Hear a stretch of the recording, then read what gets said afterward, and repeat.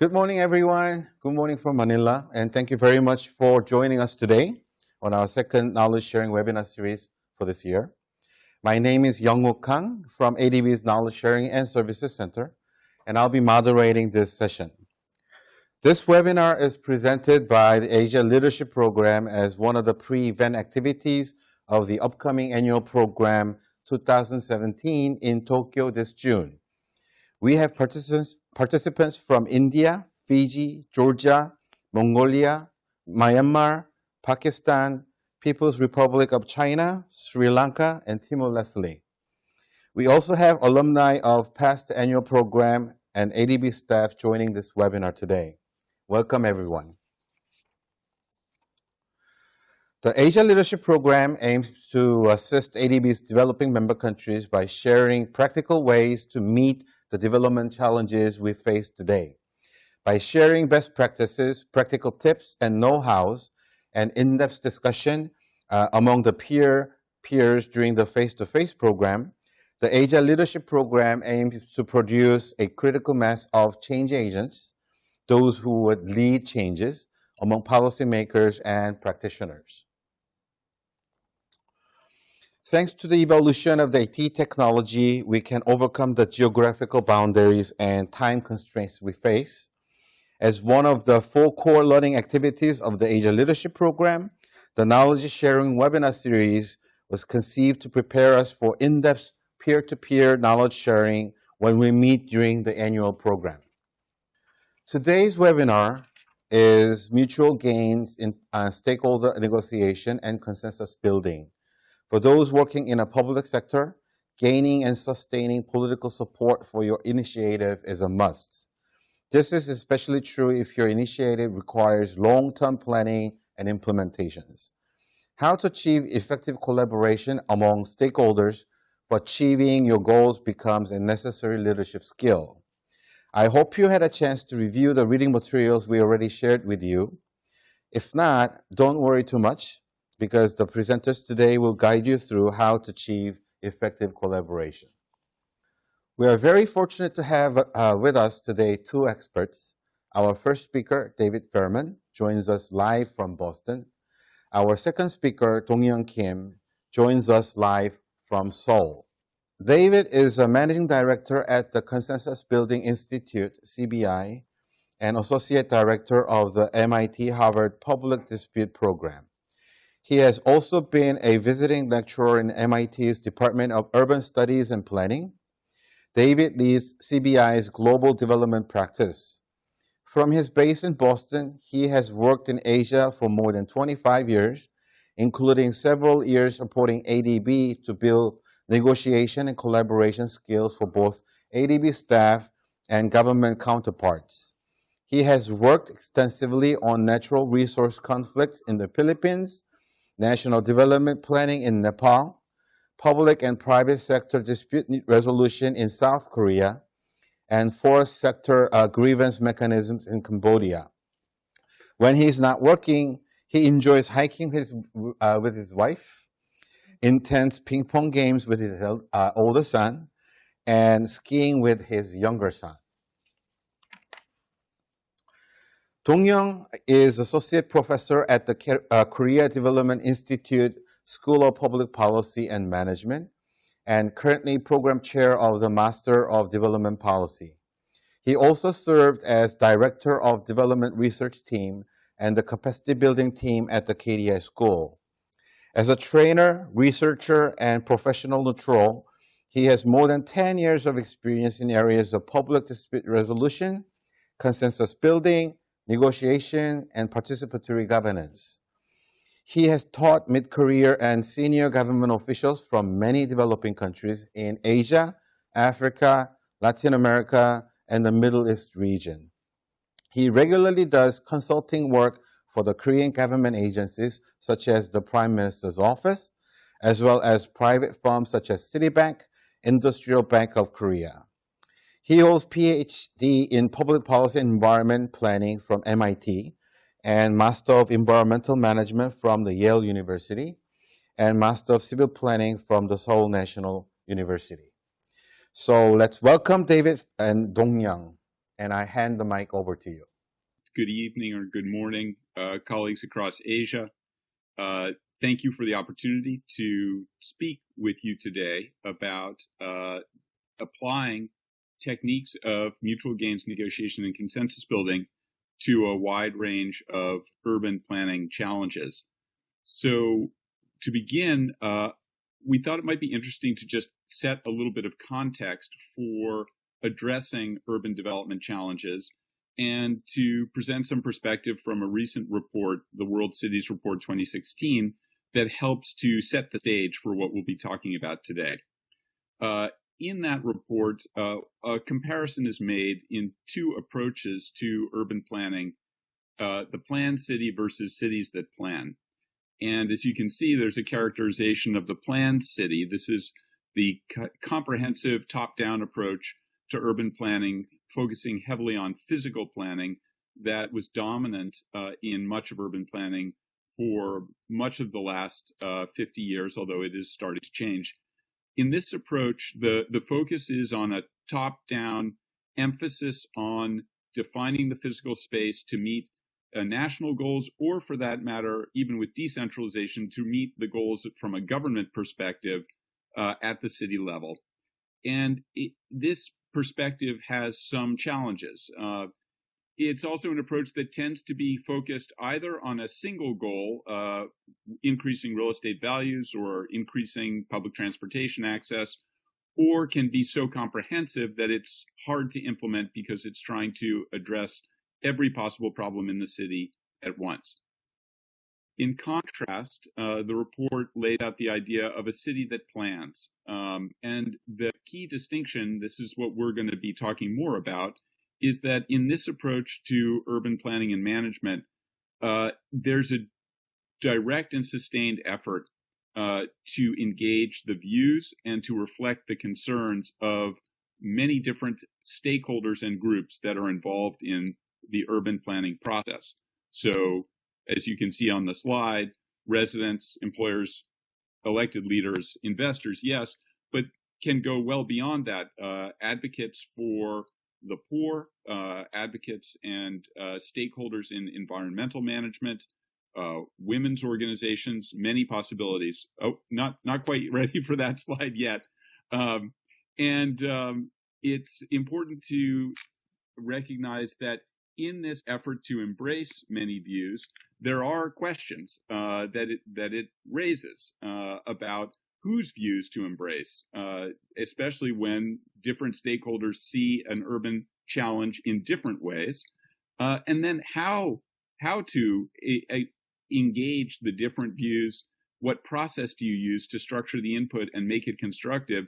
And how do you deal with decision making when so many voices are involved? And Dong-Young will say more in a minute about these questions and others. One major shift away from the planned city to a city that plans is embracing many different views. Another shift is trying to integrate across issues without necessarily trying to be fully comprehensive in one plan. So in this approach, yes, you're taking on particular objectives, but you're simultaneously trying to integrate different concerns. So if you're trying to construct affordable housing, you're also trying to address its environmental impacts, the possibility of displacement, neighborhood character, etc. And you're also trying to maximize the potential for co-benefits. So if you're citing affordable housing, maybe you want to do it together with schools and use that approach to maximize educational access for children and families who are going to be living in that housing. So it's nice to talk about bringing in many voices and integrating many goals, but in order to do that well, you have to have a process structured to bring the right stakeholders to the table and also to incentivize them and support them in working together collaboratively and not in simply fighting over whose goals are most important. And that's what we want to get to in the remainder of this presentation.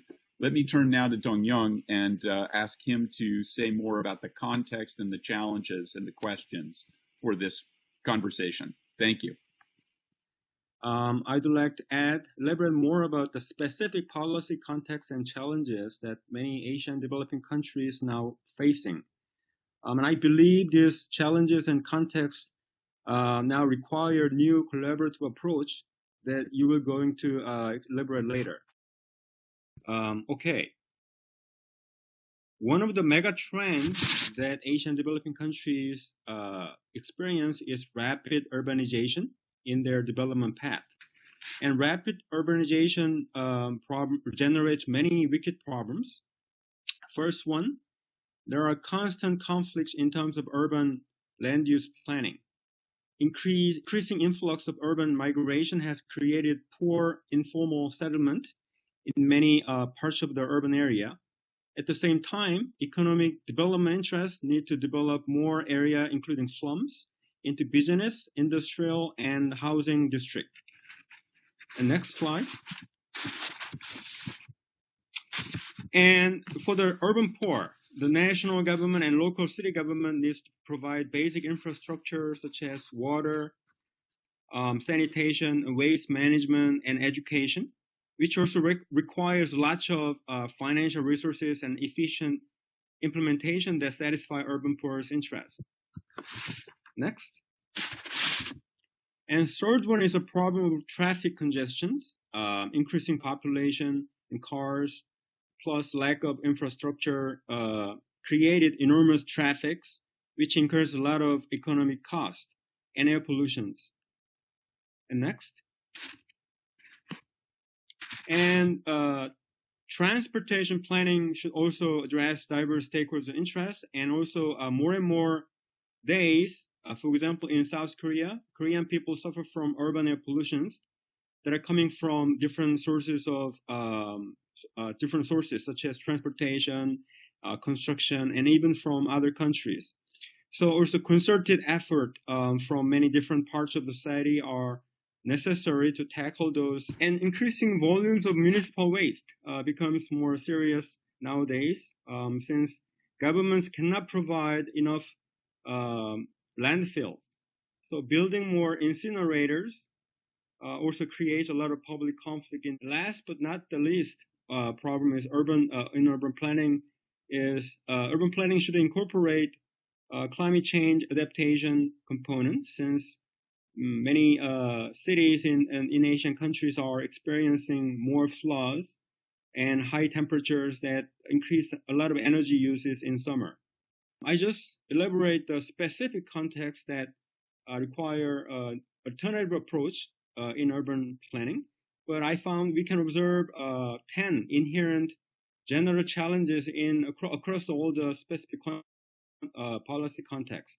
The first one is the planners and decision makers need to manage high uncertainties in complex urban systems, because all those components, transportation, land use, air pollution, and climate change adaptation are all interlinked.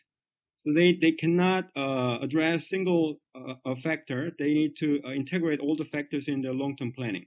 And forecasting is very challenging because during their implementation, many environment changes, and then they cannot control those single factor. So they need to manage uncertainties.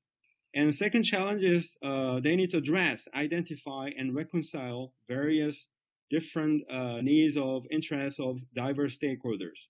In transportation sector and the urban land use planning, we need to address those different diverse interests. And the related to that challenge is how to engage those stakeholders and how to concert general public opinion. There are many different ways, but the decision makers should be wise to select the appropriate approaches. And also to tackle those challenges, many different levels of jurisdiction need to collaborate. That's another serious challenge. National government, metropolitan government, and local city government, they need to collaborate.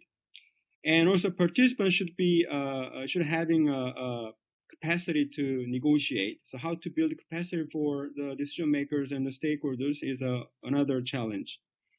And sometimes many countries, the trust level between government and the stakeholders are very low. So during the planning process, we need to know and then build the trust among those stakeholders and government. And the next challenge is to expand and utilize financial resources, because the planning activities and implementation requires a lot of financial resources. And to solve those wicked problems, we need many creative ideas and creative solutions.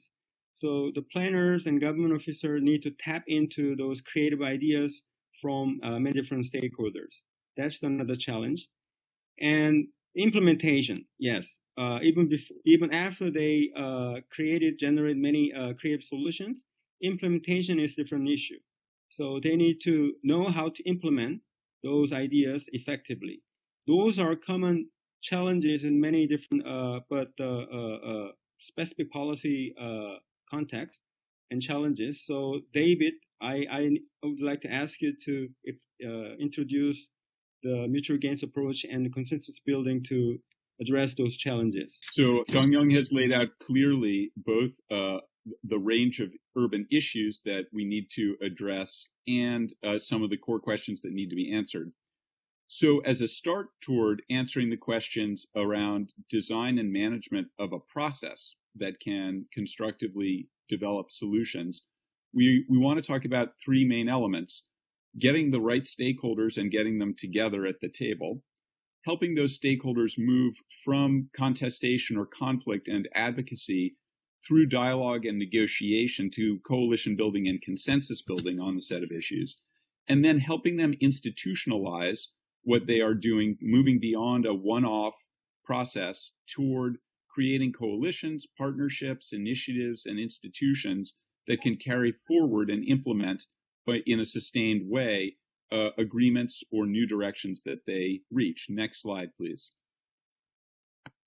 So in order to get into this conversation, we first want to start with the bad news, which is the ways in which stakeholders often get into conflict on sustainability issues.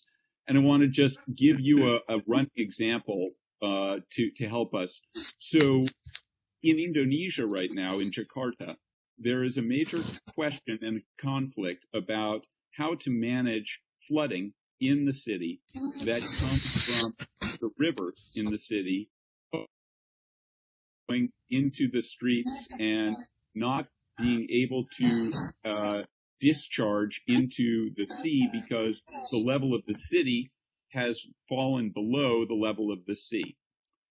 And I'm going to just briefly explain that the idea right now is to build an enormous wall, a seawall, on the edge of the city, and to build on that wall new housing and residential and commercial development, and to build a set of islands in the lagoon that will be created by that wall for new housing, and then to use the lagoon as a great big pumping area where the level of the lagoon will be brought down below the level of the land so that the rivers which now cannot discharge into the water will, because the water level is lower, and then to continuously pump out the lagoon so that it stays low and manage floods that way. So here's a really interesting challenge for urban planning. Here are some things that the stakeholders can disagree about in such a situation. So they can disagree over the facts, over what information is even relevant. How do we know how fast the sea level is rising or how fast the city is settling? Whose information is going to be considered valid? And how do we interpret it? What if we think actually that the biggest question is whether in fact it's possible to create such an enormous lagoon and have it continuously pumped? That's a technical question that also becomes a contested question. Next, please. So along with disagreeing over the facts, we also have incompatible interests. In this example, there are major real estate development interests that very much want to proceed with this new vision of the wall and the islands because there's an enormous opportunity for commercial development. But then there are fishermen and others who are living in the area that would be displaced by the new construction and a whole small fishing industry that would be displaced. So there's a clash of interests over who gets what, who gets to decide what are the trade-offs between benefits for the city commercially and in terms of new development against those, particularly in this case, poor and marginalized people who may be displaced. Next, please. And there's a deeper level of conflict here too, a clash of values and identities. You have in this case, a number a significant number of the urban poor who are ethnic Malay, and you have others who are Chinese Indonesian who are identified with the real estate development opportunity. So it's politically tense, not just over their interests, but over who has the right, whose values should be respected. The poor people who may be displaced are saying we should have the right to remain. And those who want to develop the land say we have the right to develop it. We should be able to. And there's this identity level which deeply is embedded in some long-running ethnic challenges for Indonesia. And if that weren't enough in terms of challenges or sources of potential conflict here, we also have some negative relationships that have a long history. In this case, the government of the Netherlands and Dutch businesses have been brought in to advise on the development of this new wall because of the Dutch expertise in flood management and in reclaiming land from the sea.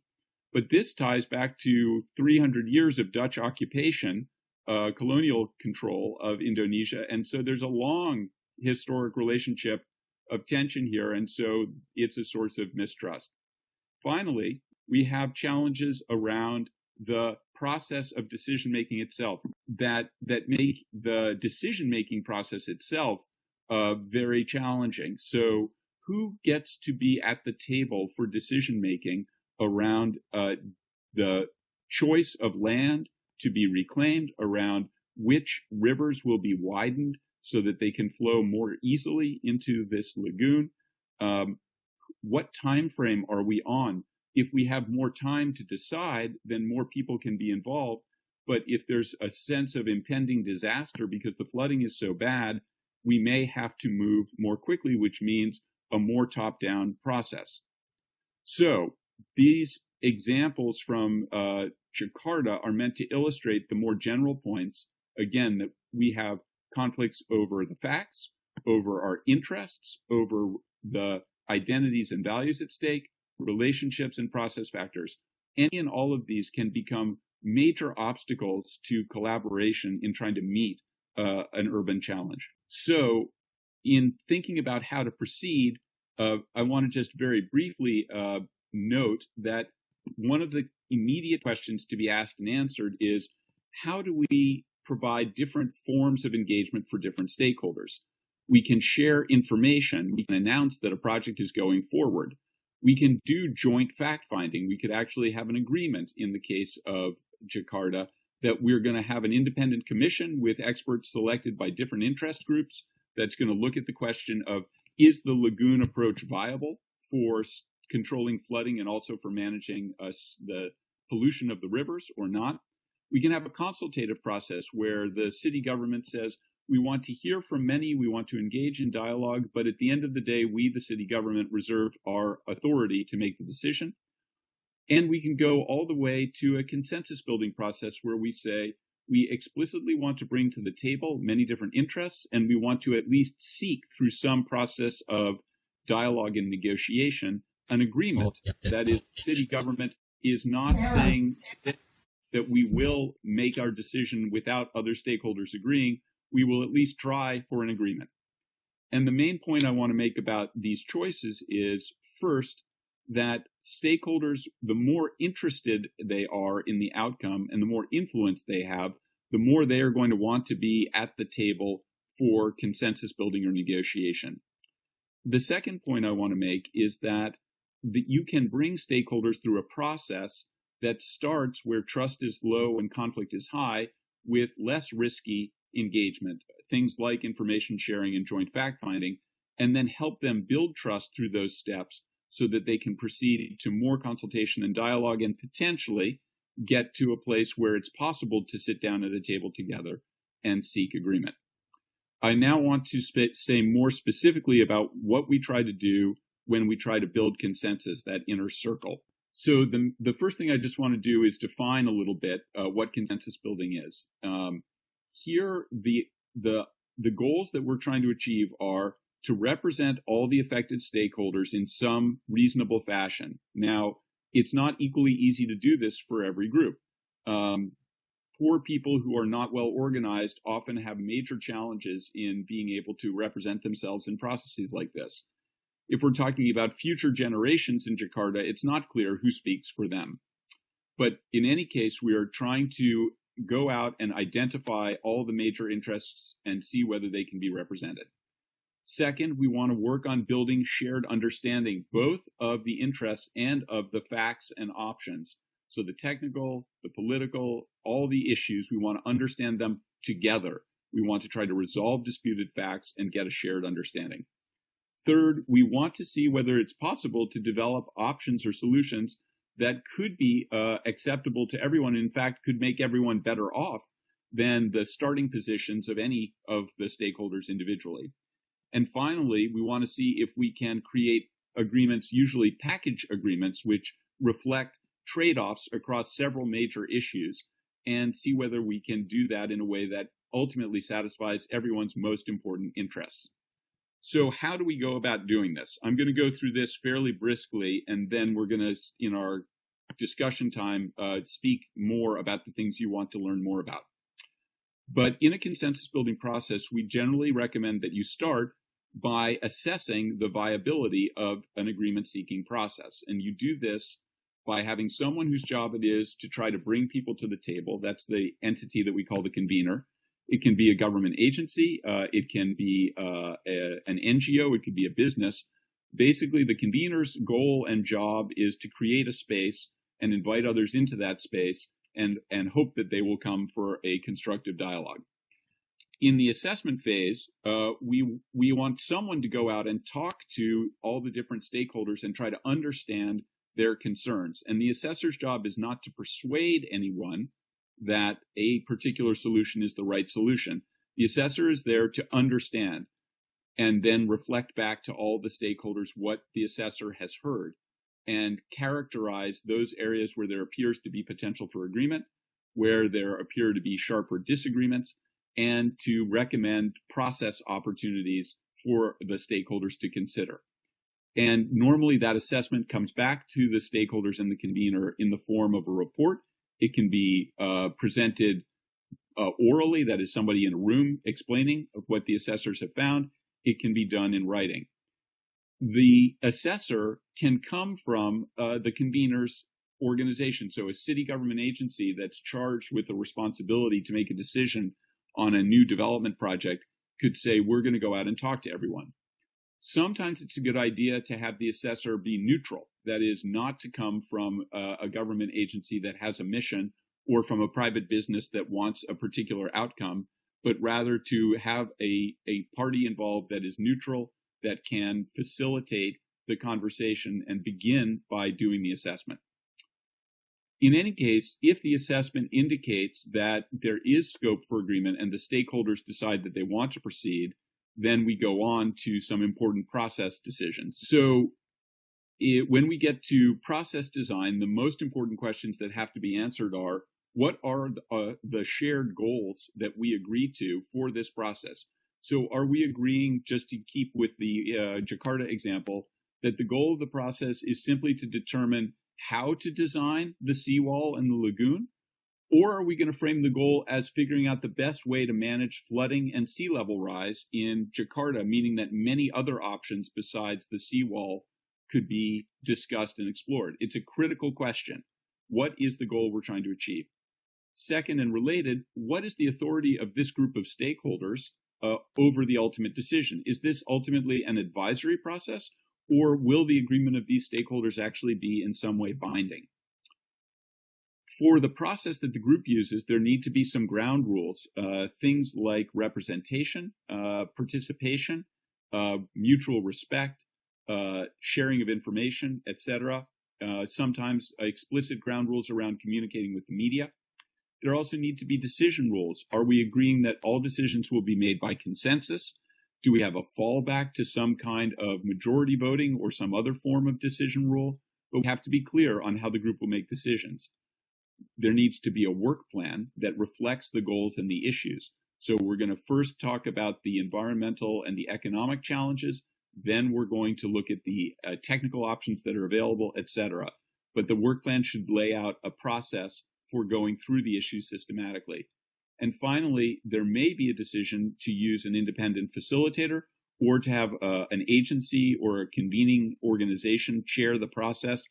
Whatever that decision, somebody in this story needs to be primarily responsible for making sure that the process is moving forward. If a group is able to get underway, we generally recommend that they start by trying to clarify the facts and develop a shared technical understanding of options. And the critical distinction between joint fact-finding and the way that some of these processes typically work is that in joint fact-finding, the stakeholders don't argue about whether an option is good or bad. They agree that they have a set of questions about that option that need to be answered.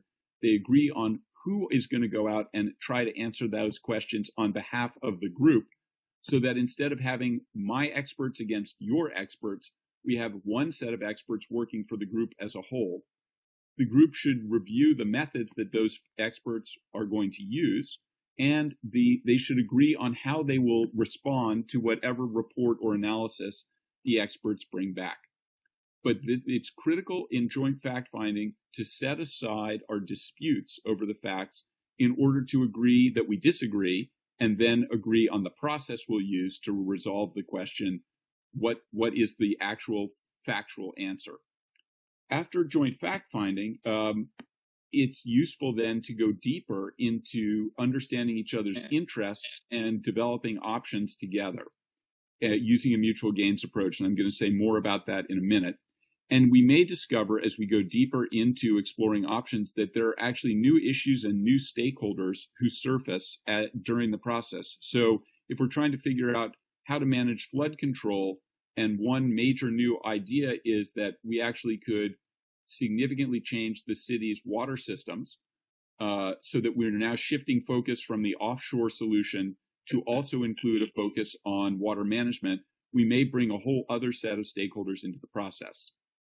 A little bit more I want to say about mutual gains in negotiation. And I'm going to do this very, very briefly. This is sort of, 2 days worth of material in 2 minutes, but very briefly, what we want to do in a consensus building process when we are negotiating to try and resolve differences in our interests, we want to be able to prepare effectively, create value, meaning create options that are better for me and better for you than our starting positions. We want to find a fair way to make trade-offs and reach a package agreement that's called distributing value. And then we need to think about implementation during the negotiation process and anticipate implementation challenges. A little bit more detail on this. Sorry that the slide is probably difficult to read clearly, but the mutual gains approach, which I'm not going to go through in detail here, basically starts by asking each stakeholder consider what is your alternative? What's your plan B if this agreement doesn't work out? Because we need to know how our alternatives stack up in order to know how much we should be able and willing to trade off at the table. We also, in preparation, want to understand not only our own interests, but we want to do a lot of work to try to understand the interests of others and also their alternatives. And we want to also focus on thinking of options that could be good for us and for them. When we get to the table and we want to create value, we want to start by really understanding those interests. So we've tried to analyze other people's interests in advance, but a lot of the work happens at the table. And the critical question to ask is why? Why is that important to you? Why do you feel so strongly that only a lagoon can work in this situation? Or why do you feel so strongly that a lagoon is a disastrous option here? When we understand each other's interests well, we can then explore options in a creative way by asking what if. And the beauty of the question what if is that it gives us an opportunity to explore without committing. So if I ask you a what if question, say, well, what if we did go ahead with the lagoon, but we agreed that in addition, we would have a major effort at managing sanitation better in the rivers in the city. Now we're starting to imagine a different package, a different set of possibilities.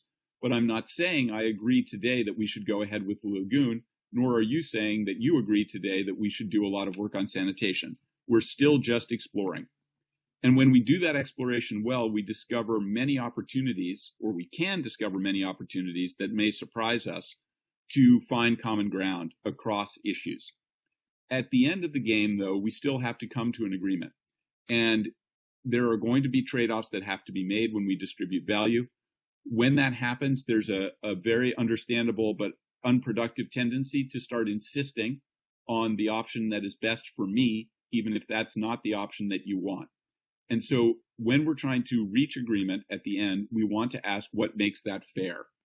What is it that makes this a balanced agreement? And in an urban sustainability context, we want to look at criteria for economic sustainability, for environmental sustainability, for social acceptance and support. So we use criteria that we agree on in advance in order to help us not get stuck on demanding our favorite option at the end. And finally, and briefly, follow through. We need, in the process of negotiation, to anticipate things that could go wrong in implementation. So if we say, yes, we're going to go ahead and build this wall and lagoon, but we recognize that there are many risks associated with managing sewage in this lagoon, then we need a monitoring program to find out and tell us consistently what are the levels of pollution and environmental hazard in the lagoon. And we need agreement in principle that if the pollution rises above a certain level, it will trigger certain actions. So we try to anticipate the implementation challenges and agree in principle on how to manage them. We don't want to wait until the challenge happens. We want to be ready for it, and we want to do that while we're still at the table together. Then, assuming we can ultimately reach an agreement, we need to be clear on the commitments that the different stakeholders are making. We need to be clear on, if it's not a unanimous agreement, the fact that there are stakeholders who can't go along with it. We want to understand why not. We want to give them an opportunity to voice their dissent, and we want it to record it. And we want to record dissent respectfully for two main reasons. One is, if the dissenters have operated in good faith, then it should be legitimate for them to express why their interests have not been met, and ideally to express what it would take to meet those concerns. We also, second, want to leave the door open to them to come into the agreement if it can be developed in such a way over time that their concerns can be met. And if we can be responsive to dissent, it reduces the risk that those who dissent will try to block the agreement that most of the stakeholders have reached. Doesn't always work, but it's better to recognize and respect dissent than to try and stifle it. And finally, it's obviously quite important to go back to the starting question of what authority does the group have, and be clear about what's the direct consequence of an agreement. Does an agreement automatically become lawful or legal? Does it trigger government and private action? Or is it ultimately still a form of recommendation that then has to be reviewed by another body? So we need to be clear on all of those things at the point when we are reaching agreement. Finally, as mentioned, in almost any complex urban planning challenge, urban sustainable development challenge, we need to be treating the implementation process as a process of adaptive management. So we need joint monitoring, because everything that we think will work probably won't, and we need to be able to learn and understand, treating our agreement in a sense as an experiment that we're running together, and modifying it if it proves that some parts are working and some are not. In the same vein, we should have mechanisms for dispute resolution. If there is a disagreement about whether the level of pollution is too high, then we need either an impartial expert body, or we need a regulatory process. We need something to deal with those disputes, and it should be clear up front. And finally, we need an ability to evaluate and redesign our solutions. Now, obviously, some solutions are easier to redesign than others. If you've built a highway, it's not like you're going to take it down, but you can still modify elements of the traffic flow. You can develop mitigation measures, etc. So I'm not saying that everything is always going to be fluid. Some decisions are lumpy and sticky, but the notion of being clear on all the criteria that you're using to evaluate implementation and being able to adapt over time is the key here. So just to conclude with a couple more major points about choosing to go the road of consensus building. This is not the process to use for every situation. It's a process of significant complexity and requires significant commitments. So we would recommend that if you are asking the question, should we try a consensus building process, you have this checklist. Do we have clearly defined issues and stakeholders? If our goal is a sustainable city, that's not at a point of clarity where we can bring people together yet. We need to be more grounded and clear and specific. Second, do we have key stakeholders who are willing to seek consensus? And that, again, is where the upfront assessment can help us. Do we have a legitimate convener, that is somebody who, if that agency invites people to come to the table, will people accept that invitation? You need a convener that, even if not neutral, is at least respected and recognized as having some stake and authority, and is not so biased that people would reject an invitation from that convener. Do we have the resources, time, information, technical assistance, funding, to actually do the process as we understand it needs to be done? Or are we so constrained on one or more of those resources that it's simply not possible to do justice to the range of interests and stakeholders and issues in the time available or with the resources available? Finally, and this gets back to a core question around alternatives, do we have realistic opportunities for agreement among the stakeholders? That, again, should come from the assessment process. And just a recommendation that you think about whether a qualified facilitator or mediator will be useful in the situation. Doesn't have to be an entity or an individual who is a professional mediator or facilitator. Could be somebody affiliated with the university, could be a respected retired official or civil society leader or business person or a group of such people. But the key things are having both understanding of the substantive issues and having skill in process management and facilitation and being able to build relationships of trust. So just to acknowledge again that there are real costs to going this road. Probably the biggest one is time. Effective consensus building takes time to build and rebuild trust, to develop the process, to be broader and deeper in the way that you engage people, to do the fact finding together, and to do the negotiation and option generation. It does cost money. Process costs money.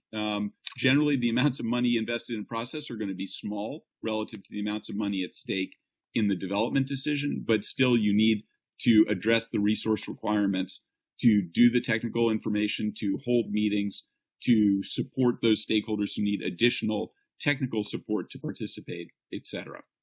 And perhaps most important, the opportunity cost, meaning that some stakeholders may be able to get what they want without the collaboration of others. And if you can't get key stakeholders to play because their BATNA, their best alternative to a negotiated agreement, is we can get what we want by pressuring the city government behind the scenes, then it simply may not be viable to get those stakeholders to the table. And if you can't have them, it may not be worthwhile to try and get a negotiation going without them.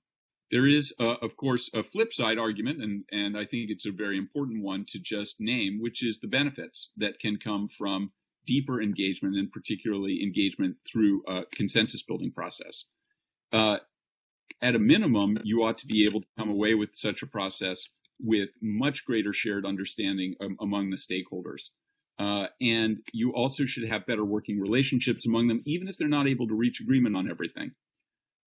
Of course, if you are able to reach a package agreement that meets the interests of all the stakeholders, then relative to their alternatives, there are joint gains. And because stakeholders are more likely to be satisfied with the process and the outcomes, they're also more likely to commit to implementing the agreements and to be able to deal with change over time. Again, this is to say if the process is effective and well orchestrated and well managed. Not every consensus building process is, but if you have the prerequisites that I mentioned and you are able to orchestrate the engagement of the stakeholders well, you should be able to achieve some significant gains relative to more shallow or top-down processes. So I've gone through that fast. I'm happy to talk further about it. Let me turn now back to Dong-Young to illustrate some of this with a case. Thanks, Dong-Young. Okay, David. I'd like to share an interesting and successful case of multi-party process, multi-stakeholder process to achieve sustainable development in South Korea. Now you can see the map, which shows the western seaboard of South Korea, and upper right corner, there's a Seoul metropolitan area.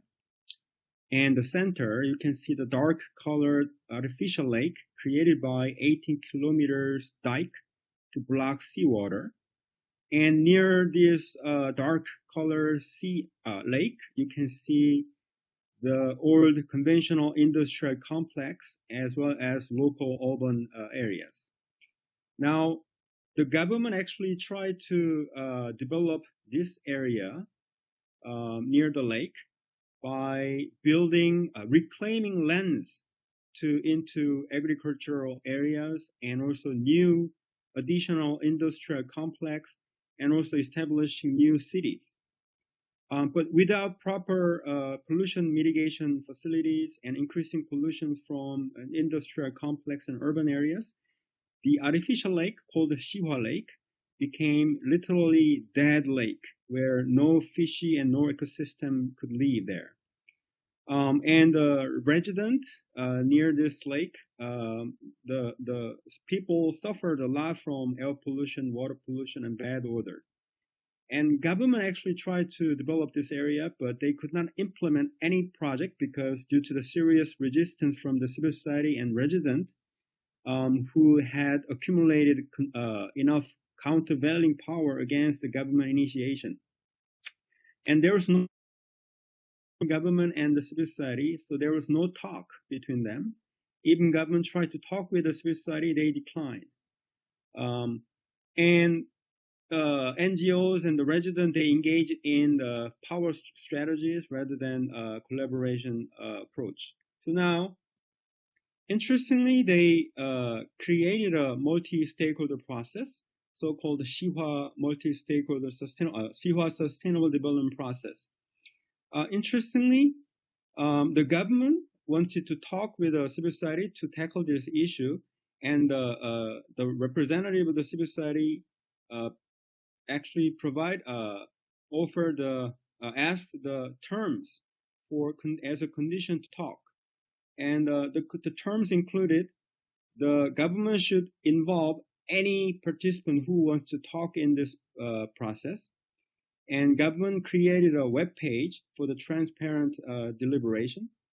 And government should involve any expert that civil society should recommend. And government should make decisions based on consensus rather than majority-based decision-making principle. And all the government information should be shared before any meeting. Those terms are very strong, and government officials accepted these terms. And then that created a power balancing power between government and civil society. And society representative, they decide to participate in the power multi-party stakeholding process.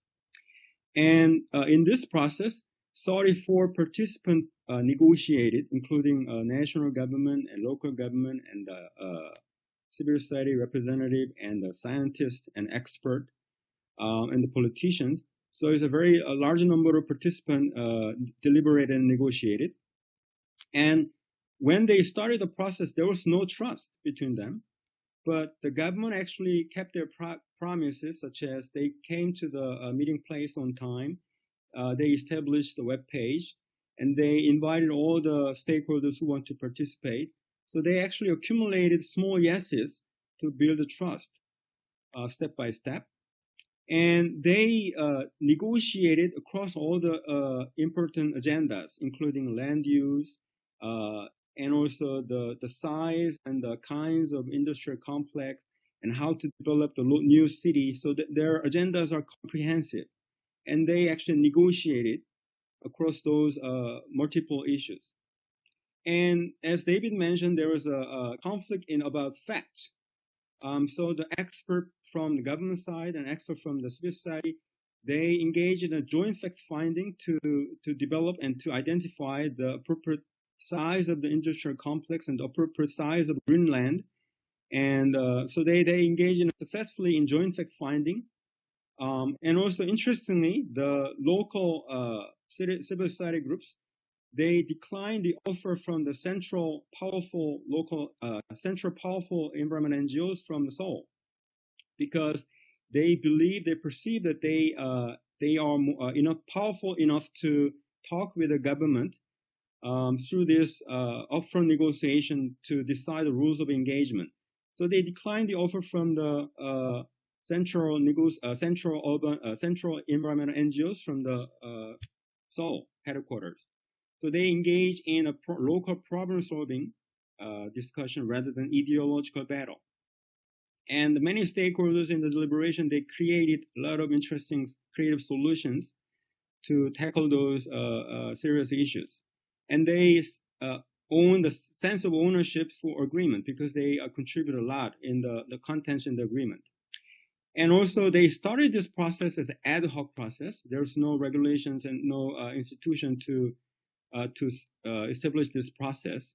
But the government acknowledged the success of this ad hoc process, and they made a law to make this process as an official long-term planning body. So why this case was so successful? Because according to the tangible outcomes, we can judge this process was so successful. In the late 1990, the COD, chemical oxygen demand, in the Lake Siwa was 1,970 ppm. So no fish could live in this lake. But they improved the water quality in the lake. In 2009, they reduced the COD to 2 ppm. So now annually, they held a international swimming competition in the lake. Next slide. And now, in the past, the migratory birds were dead, but now we can see more and more migratory birds in this area, and then more fishes. So we can see that there's an ecosystem is revived. And next slide. Next. And in terms of bad odors, the complaint level, the number of complaints reduced significantly from 630 cases to 190 cases in 2008.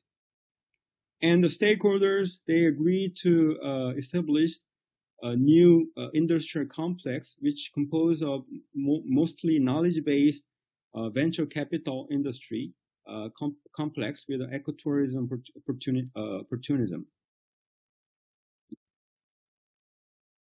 And also they agreed to develop the new city near the lake, and they agreed to build a green waterfront city with a environmental clean environment, and they want to develop a new ecotourism sector near the city. So all things considered, their multi-stakeholder process actually were very successful. They built trust among the stakeholders, and also they created a lot of interesting solutions to tackle environmental issue and urban development issue, and also industrial complex development. So it was very successful. Okay, now we can turn to David for the American case of multi-stakeholder process. I want to offer one more case as a complement to Dong-Young's excellent example. This is from work in the United States at Boston on bus rapid transit. Image, please. So Boston is a wonderful city, but not if you have to move around quickly. The highways are crowded. Next image, please. The subway system is also crowded. That's the subway station at rush hour. And the buses, next image, please, are also generally overcrowded and slow, leading to a question: is there an opportunity in Boston to introduce bus rapid transit? So bus rapid transit is a way to create dedicated lanes for buses and have them use stations that are very much like light rail stations. And makes it a much more efficient system for moving people quickly over surface roads and is much less expensive generally than the light rail alternative. But there are many complications to introducing bus rapid transit in an urban area. And there are both technical reasons and kind of stakeholder interest reasons why it's not always so straightforward. In Boston, however, there have been several efforts to try to explore the option of bus rapid transit with stakeholders. And the slide you're seeing now is the result of an analysis by a group called the Boston Bus Rapid Transit Study Group that was convened by a foundation, a local foundation, to bring together business interests, neighborhoods that are traditionally underserved by rapid transit of any kind, and in particular low-income neighborhoods toward the south part of the city, experts in transportation and public transit, and city and state government officials who are responsible for transportation, along with the regional transit agency that operates the rather slow and overcrowded subway and bus system. So this is a multi-stakeholder group convened to do a joint fact-finding process that was meant to answer the question, where in Boston could bus rapid transit be introduced?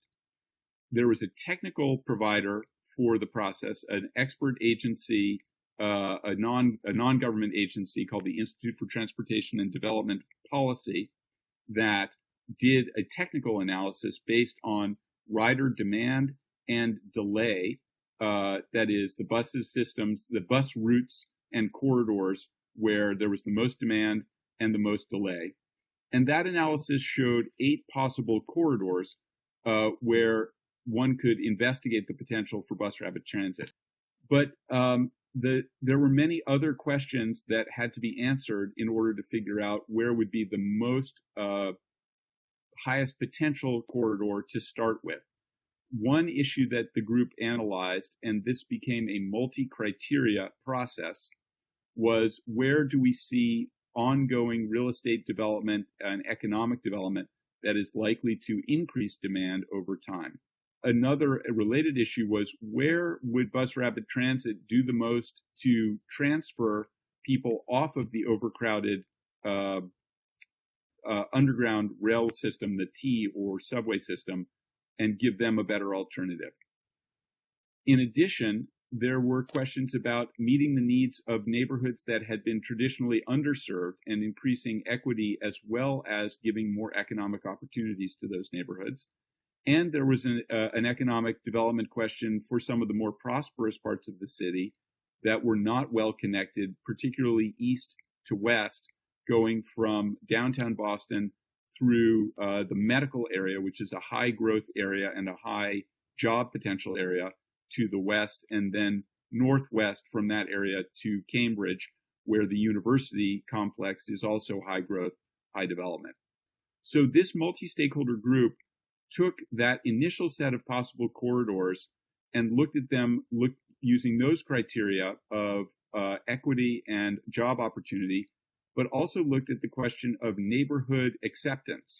And that's where the story gets interesting, because we had representatives of different neighborhoods at the table, and we also went to different neighborhoods to present and explain the potential for bus rapid transit.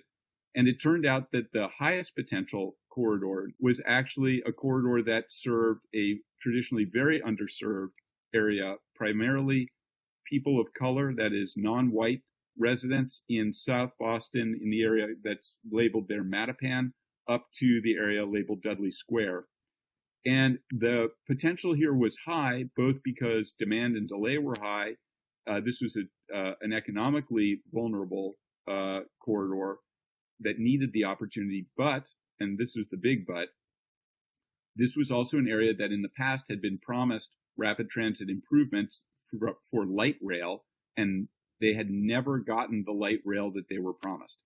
So by the time this process got underway, this had been a 20-year fight to bring the T, the light rail, to this corridor.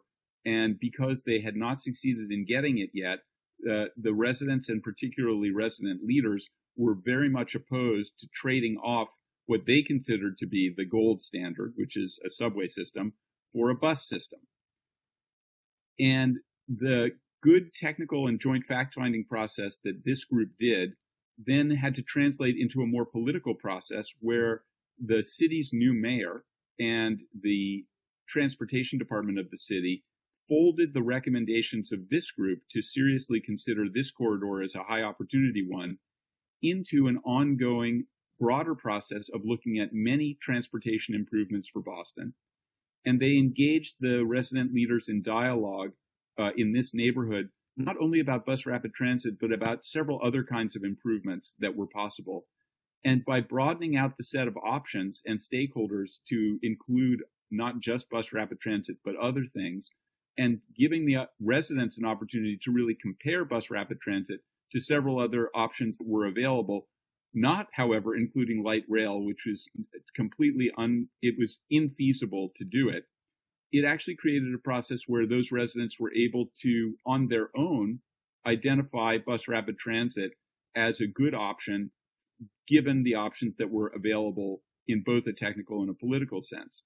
So I think this story mainly illustrates that you can do very good multi-stakeholder work at a technical level on joint fact-finding and have it translate effectively into a broader political process, but you have to be smart in how you convene and organize the more technical multi-stakeholder process and make sure that the links to the political process are well defined, even if they are informal.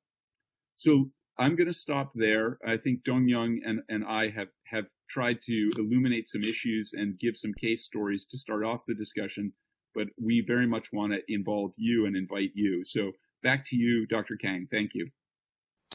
So I'm taking advantage of my moderating power. So I'd like to ask some questions to you.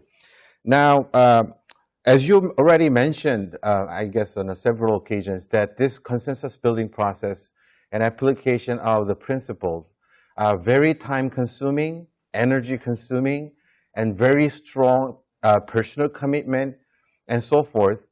So that if a person is tasked with implementing this consensus building process, the immediate sort of impression that may come about on this is that the task at hand is too daunting to even take a first shot at it. And also related to that is in the course of implementing this consensus building process, when you're engaging stakeholders, that to make the process a little bit more simpler, that you would want to identify representatives of the stakeholders. But then how do you ensure that, I mean, I'm sure that there will be cases where some other people pop up here and there and then claim they are the true representatives of the group they're representing. So these are the sort of practical issues. How would you approach and try to resolve these type of issues? Is my first question, I guess. And also the final question that I'd like to add to it is that many of our participants are coming from different countries with different cultural backgrounds, different institutional setup, different political culture. So if they were to apply the consensus building principles, that what would be your recommendation for them to apply this? Yes, these issues of representation can become very tricky. And the two basic approaches we recommend are for leaders who are convening to define broadly stakeholder groups, but then encourage both those who have already been identified and the broader groups who they are supposedly representing to have some internal process of organizing and sometimes to provide resources to help them do that organizing. A classic example is a neighborhood in which there's a small but vocal group that is strongly opposed to a planned development project or a proposed development project, and many residents who have not expressed a view at all.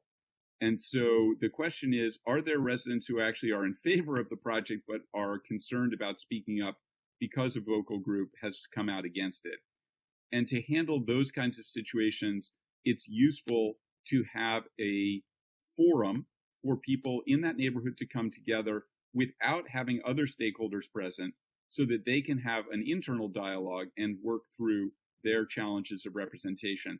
Sometimes it makes sense to give them a resource to help, an NGO or some other body that can actually facilitate their internal conversation without getting directly involved in the broader multi-stakeholder conversation.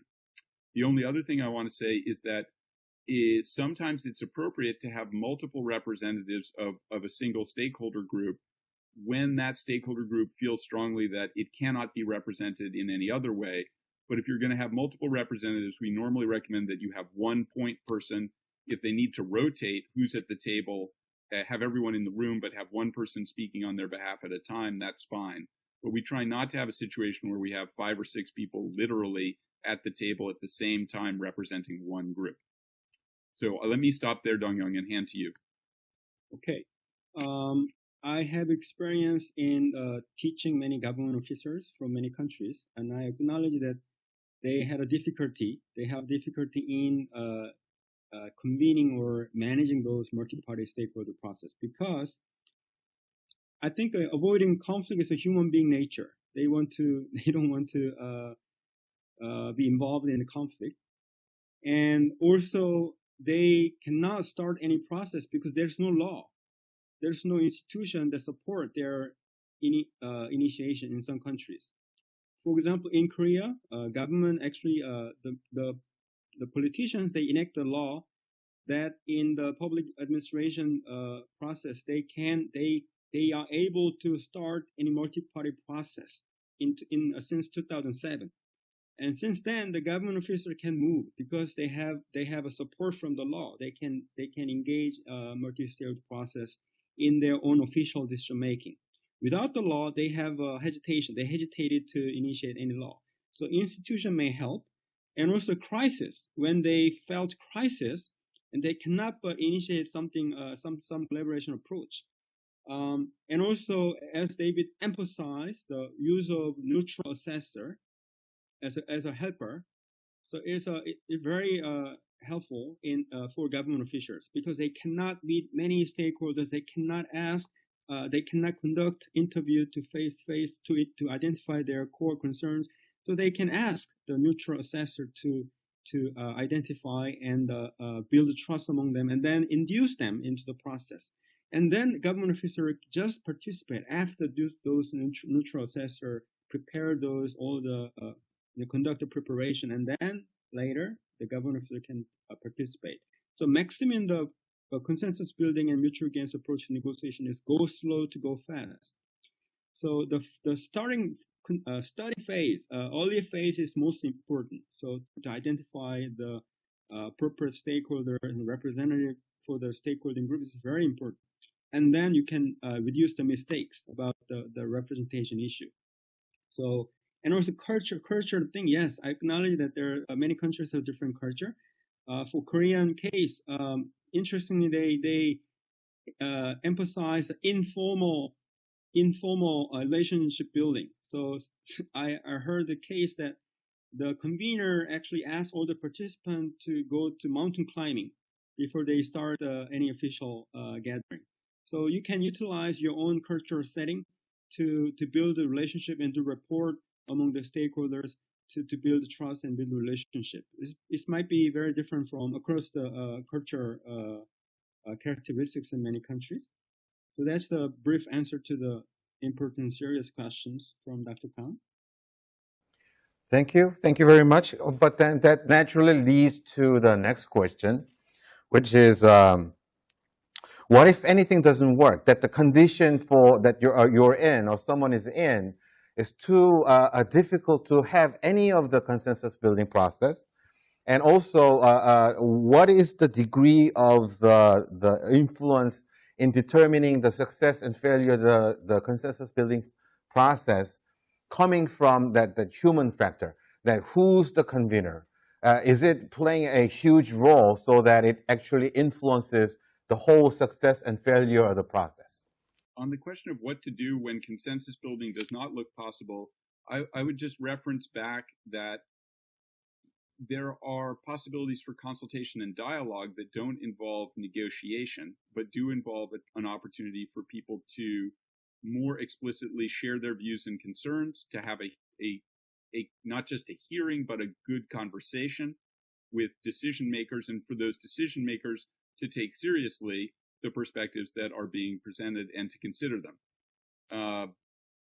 I would say that frankly, the time to go for consensus building generally is either very early in a process before a lot of commitments or decisions have been made in order to open up a conversation and explore it. So going back one more time to the Jakarta example, a broader conversation about what would it take to address the challenges of flooding in the city is a different conversation than what should we do about the proposal to build a giant wall and an island and a set of islands. Then just in terms of the convener and leadership, let me finish the thought. So you can either start very early or you can start when you're stuck. And sometimes consensus building is actually the only option left because everything else has been blocked by different stakeholders exercising forms of veto power. And now everyone realizes, oh, no one can get what they want in this situation unless we come together and negotiate. So you can come to consensus building proactively or reactively. Sometimes you can't do it at all. But when you can't do it at all, you have other options. Then just briefly on the question of the convener, yes, absolutely, the human factor and also the institutional factor. Some institutions and agencies are more trusted than others. And frankly, you should know if you are in the position of wanting to convene, you should try and get a realistic sense of how the other stakeholders perceive you as a potential convener. And yes, the personality and character and credibility of the actual individuals seeking to play the convener role matter enormously, because those individuals are often going to be doing a lot of work to go out and gently listen and nudge and convince people that it's worth a try. And some people are going to be much more effective in that role than others. So it's a very good point. And there's no substitution for individual leadership at some point. You either have it or you don't. Thank you. Okay. Dong-Young, do you want to add? Yes, Yeah. I just briefly I want to say something. I agree 100% with David's comments, answers, and I think if process is good, the outcome is good. And the process is hugely influenced by the human factor, I think. So convener and mediator and facilitator, their role is very important.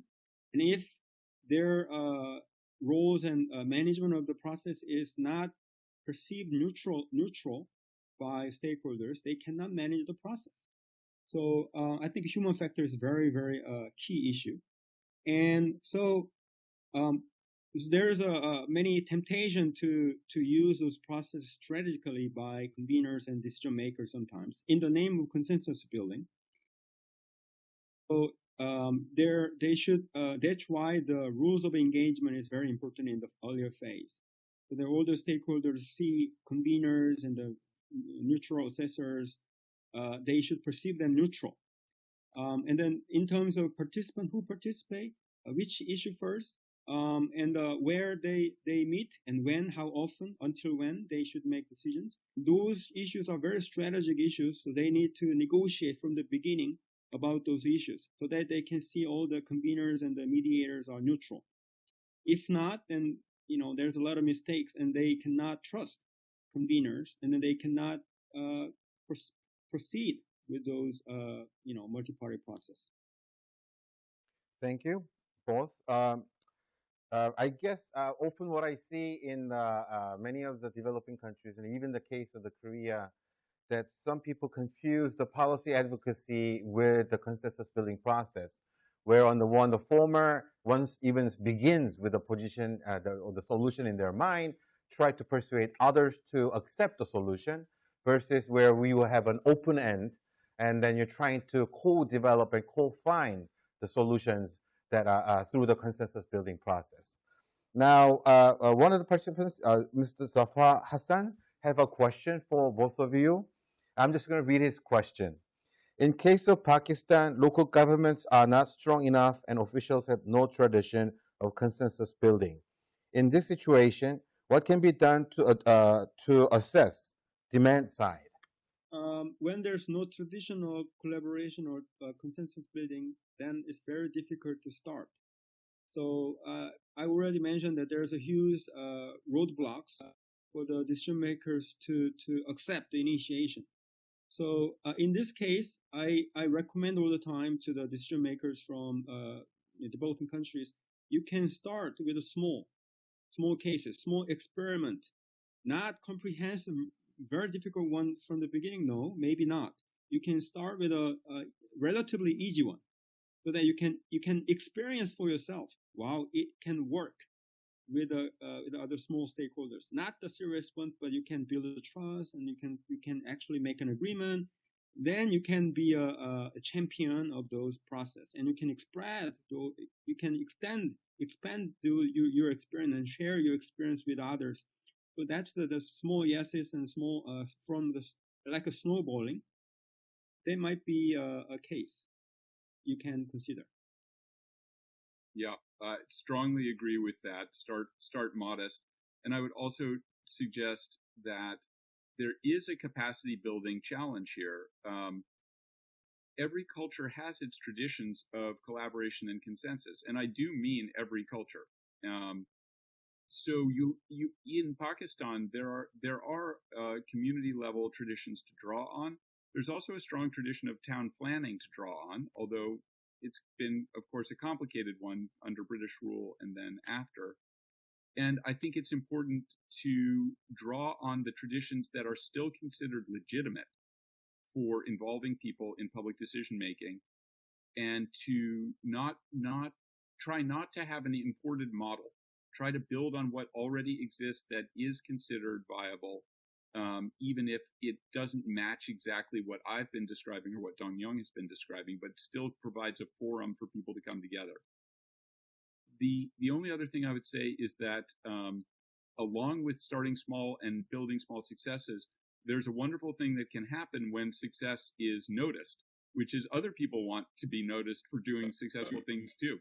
So it's good to highlight the things that are small successes and share them with others who are in a position to experiment, and to reward those who experiment with encouragement to keep on trying, which comes back to leadership. So again, at some point in these stories where all the conditions seem quite difficult, nonetheless leaders do emerge, and those leaders are those who are willing to take a risk to demonstrate a benefit and to get a reward for themselves and others. So you want to find those people and offer them strategy and opportunity and work with them to build up capacity. Thanks. Thank you, David and Dong-Young. If let's ask the audience whether they have more questions they may want to ask. I would like to ask one question. Okay. So Zaya from Mongolia. I would like to ask, is there any solution transparent information sharing in terms of cross-department communication? As a municipality, we have more than 30 different agencies. So when we are considering sustainable development to plan the city, it's very important to facilitate all those ongoing projects. So how other cities have this kind of cross-department communication issue, and who's going to be responsible for the facilitation and sharing with other agencies? At least what I have observed in some different places is both, first, it does sometimes take leadership from on top in a city government to basically have leading elected officials or leading appointed officials say to departments, we are undertaking this initiative, we need this information, and to, either strongly encourage it or to require it. But I think it's equally valid to look for more horizontal collaboration across departments. And the question is always, well, what are our incentives to share information?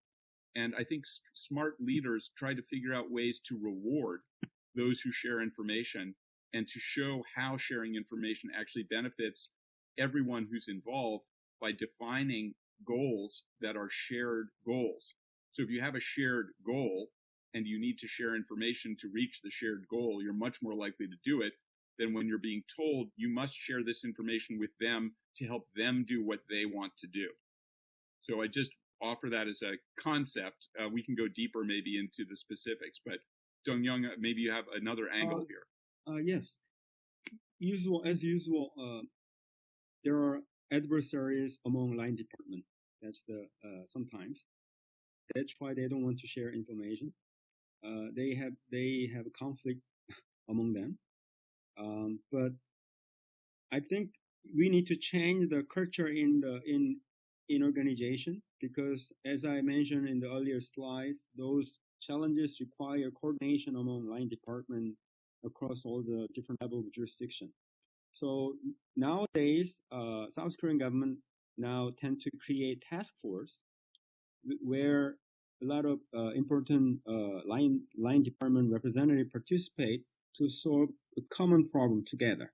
So if Mongolian government or the city government try to change the organizational culture to create some task force, and then they need to share inside the task force.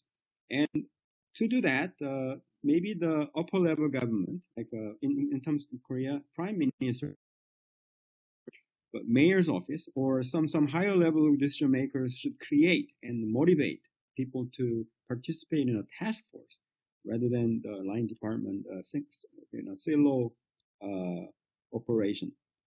So that's my recommendation. Thanks. Maybe David and Dong-Young have questions for each other.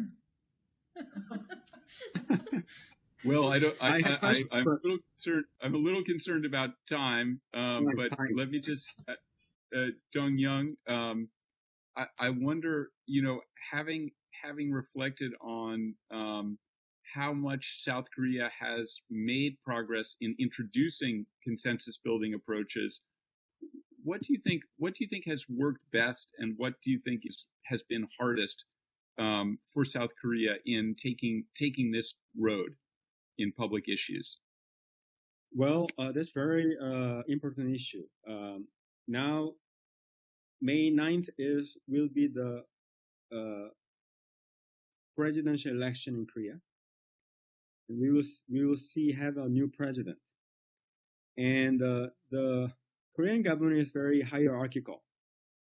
So the culture, command and control, and hierarchical culture actually, prevent many mid-career, middle-level government officers from initiating collaboration approach, because maybe the president or the higher ranking government officers pursue and order to implement some policy quickly, and they cannot but hurry to make decision and implement something. That create a lot of conflict. They cannot make a long-term comprehensive planning. So if we have a more participatory and more collaborative the government, and then the leaders, the top decision makers, should allow and encourage those government officers to do and conduct more experiment and make a decision with a collaboration with a lot of stakeholders. That may help Korean government and Korean society. And I think we will go to this trend pretty soon. Thanks. And can I ask a question to David? One question. Sure, go ahead. Okay, so the mutual gains approach and consensus building, I actually very I'm a supporter for the approach, and I teach them in the KDF school. But I receive a lot of questions about the power imbalance problem in many countries. So governments perceive themselves powerful decision maker. They don't want to lose their decision making power. And the civil society and stakeholder, they perceive themselves very weak.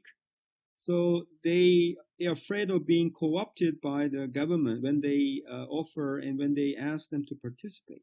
So those power imbalance create distrust, and the distrust, they block them from participating, collaborating. So now, even if we use a neutral assessor, how could we manage those power imbalance, which is observed in many developing countries, as a condition to build a consensus? Yeah, this is a fantastic and important question. First, I certainly will not suggest that the process by itself can shift deep power imbalances. Those exist, they're real. They affect the way that people will engage and how much they will be willing to trade off or explore new options. At the same time, I think what's overlooked both by government leadership on its side and by civil society on its side is that there is often scope for mutual gain from dialogue and negotiation. That is, you can generate new ideas together that are better for both government objectives and to meet concerns, social, environmental, or economic, or equity concerns of other groups by structuring a process that focuses on deep understanding of each other's interests and strong use of creativity to develop new ideas. I think what we get to, it's easy to say that and to encourage it, but we get to deep problems that are not only of power, but of culture and norms for hierarchy, as you pointed out. And I think that the thing that I see changing the most is actually generational. I think younger people across developing countries have a greater awareness of alternative ways of interacting because they can see and compare across the whole world. And they see in societies that are maybe more open and less hierarchical between government and non-government forces, some of the potential for creativity and for voice and power, but they also see some of the mess of democracy. And I think in some ways it's useful for people to have a clear-eyed view of the value of diversity and voice and participation, but also recognizing that democracy is a messy process. Democratic decision-making is a messy process. So I'm cautiously optimistic that norms that are more oriented toward participation and empowerment and negotiation are spreading. And at the same time, I think we shouldn't oversell the benefits of these processes because each culture, each country, each political context has to figure out its own way forward. So I don't think there's one right answer to the power imbalance question. I think the long-term view I take is power is shifting away from all centralized forms of control because information and education are spreading and economic opportunity is being more widely distributed. So I think over time, we're going to see more incentive for collaboration simply because power is diffusing, but that doesn't mean it's going equally fast in every place. Okay, great. Thank you so much. Yeah. Well, thank both of you. I cannot agree more on the comments that you made. Today, we have to thank both David and Dong-Young for their very practical guidelines on the consensus building process and also the applying of the principles, and also their very valuable insights and lessons coming from all these years of their experiences. Now I have to do a couple of announcements. Now, again, please send us your feedback. Stay engaged through the Community of Leaders webpage and share today's presentation with your colleague. A quick reminder, please, for those of you participating in the 2017 annual program in Tokyo, please complete the mandatory e-course on becoming change agents and one optional e-course from the following list of the 5. If you want to know more knowledge solutions, we invite you to go to the development.asia website, an ADB initiative that provides a format for sharing solutions to development challenges. And thank you very much for listening in. And thank you both, David and Dong-Young, for your very insightful presentations. It has been a very wonderful experience. and I hope to see you all in the Community of Leaders webpage. Thank you very much.